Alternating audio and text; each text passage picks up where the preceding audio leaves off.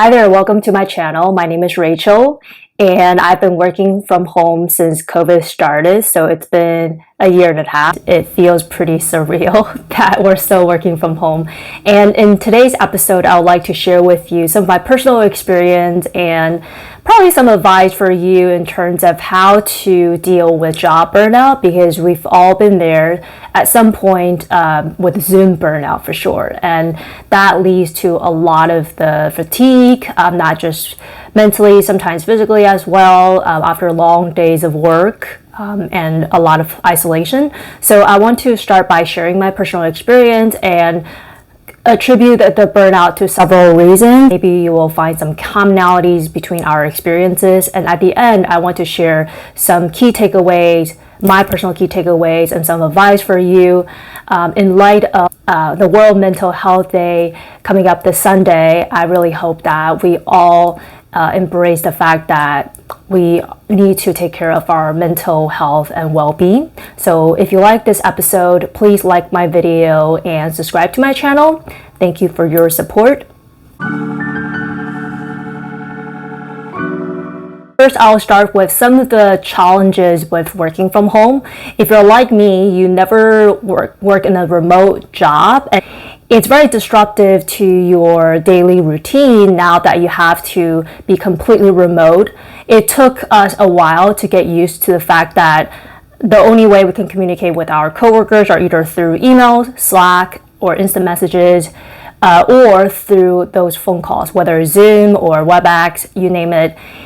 It suddenly brings us to a very isolated space, and what happens is that your peers, your boss can't see how much you're working.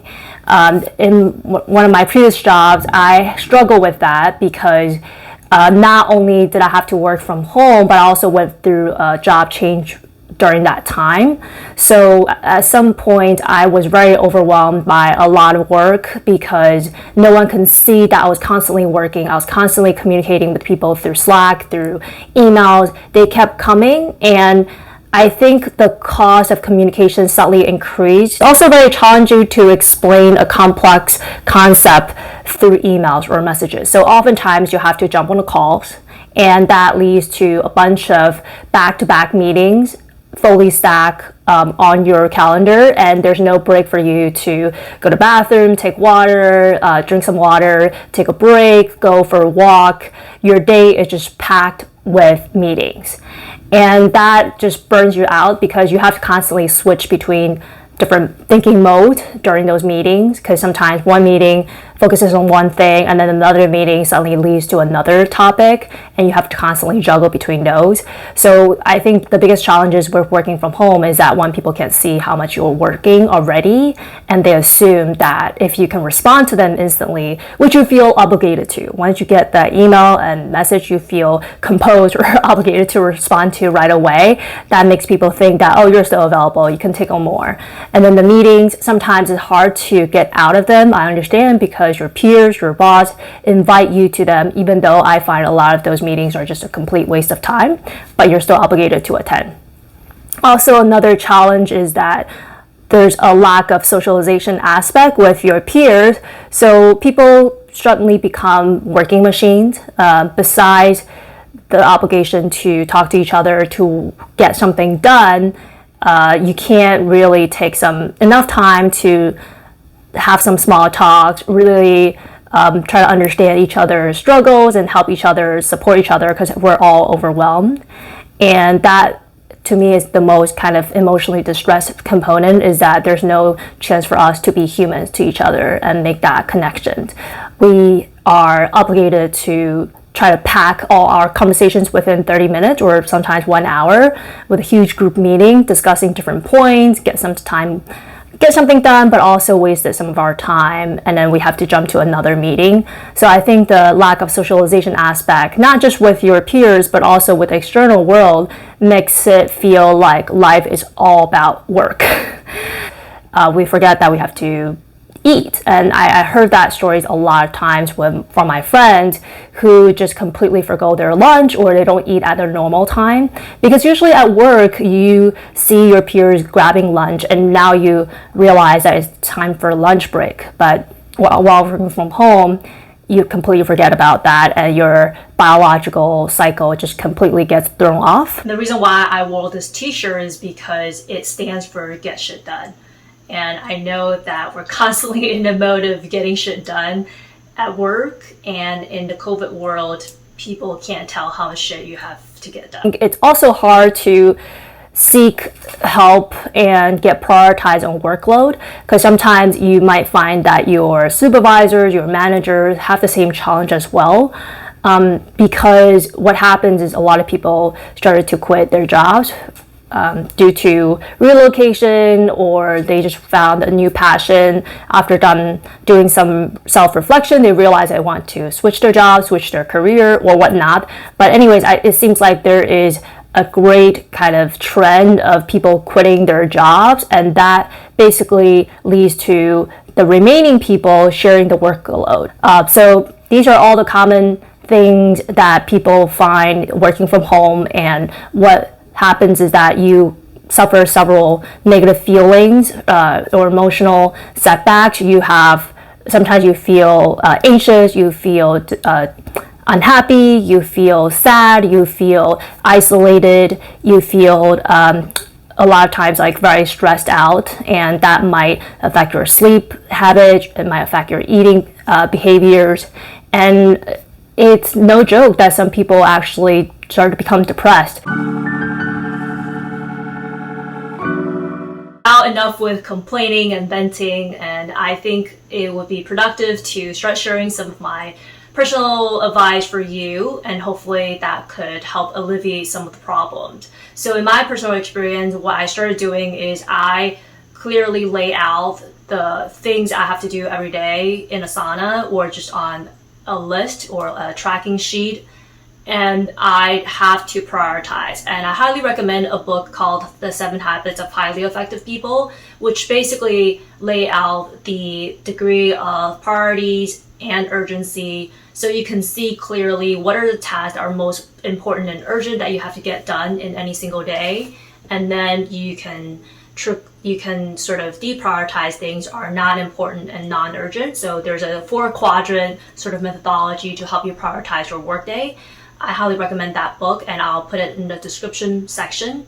And that's basically what I do. I start to create a spreadsheet, and I have different columns. One stands for urgency, one stands for priority, and I try to get clarity on deadlines and urgency and priorities from the stakeholders who assign me the jobs. I even put down who assigned me the jobs. And every single week when I have my one-on-one with the manager, I would let her know that these are things I'm working on. Let me know if the priorities aren't correct in her perception. So that helped me feel a little bit better that I have a plan, and even though I can't finish everything on the list, she would know that there's a reason why I can't attend to the other 3 things, because I'm working on 15 other things. And if you have Asana, great. If not, I think a spreadsheet will work too. The second thing is you need to start pushing back on some of the meetings that you're invited to. I don't think all the meetings are necessary. Sometimes they're just a good to know, FYI, or just bring you as an optional guest, but you really don't bring any value or significant input to that meeting. If that's the case, then decline the meeting or say maybe, and let whoever is the meeting organizer know that you have other urgent tasks you have to attend to, and that's why you can't attend that meeting. Feel free to record the meeting and send you the recording so you can watch it at your leisure. Wink, wink, at your leisure. And another thing I highly recommend is try to make sure you have some breaks between the meetings, so that way you can turn off that working mode, let your mind rest a little bit, take a water break, drink some water, walk around. And what I do is every single day, I try to find moments of relief, relaxation, and enjoyment. Whatever that matters to you, try to bake that into your daily routine and schedule. So in my case, I really like to go to dog parks. I like to watch dogs play with each other. I like to dog watch and squirrel watch. So I always make sure I wake up early before work so that I can go to the park nearby and take 30 minutes walk. Or you should try to create some boundaries between work and life so that way you can switch off that work mode at the end of the day. Whether it is start preparing for dinner or go take a shower or watch that workout video so you can have some physical exercise. I think moving brings the sense of like relaxation to you as well, and you can watch some workout videos on YouTube and exercise your muscles, and that would help take your mind away from thinking to doing and experience the movements of your body, and that could help you relieve some of the stress that was brought about by work as well. And I also recommend trying to have some small talks or conversations with your coworkers so that it doesn't feel like every day it's all about doing things not building relationships and not understanding each other at the deeper level. I think it's pretty dangerous to only talk about work all the time with each other because you're starting to treat each other as tools or machines, and work start to feel no fun. I've been to those companies that are very result oriented and they don't really care about how people feel, and it is very detrimental to the well-being of the employee. So I highly recommend that people take break and take your vacations. Don't feel like you have to work all the time. Regardless of how busy your job is, you can always afford to take several days off. If not, like take Fridays off and have like a longer weekend so you can recharge and come back to work more refreshed. Don't forgo those vacation days. You're entitled to them. So start taking your vacation days. And I would also encourage, start to have like a conversation about what's the long-term plan for replacing some of the lost employees. What is the time for you to kind of forgo or offload some of the work that was piled up on you because no one else was doing it, just because your extra body lying around free to take on more work. I think you have to draw that boundary as well and have that serious conversation with your manager, even with her superior or his superior. You should basically be prepared to kind of lay out what are the things that you are originally responsible for as part of the job description, and do some research around the industry and see if other people with the same title are doing the same job as you're doing right now, or you found yourself actually taking on additional work that is outside the job scope. And basically, I would highly recommend putting it on a slide and then put the things that you're responsible for. You feel like you're kind of falling short of that responsibility because you were given other work that were not a part of your job responsibility, and like highlight them in red to show that this is something that you wish to offload. Put off your hand off to some other people, or hire a contractor, hire an intern, or hire a full-time employee to make it more reasonable for everyone to share the additional workload that was kind of laid on you after someone left. I would encourage you to start talking to mental counselors or psychologists or therapists. If you find yourself seriously distressed and very burned out, I think you should seek professional help. It also helps when you have some religious belief or you have like a spiritual leader that you look up to.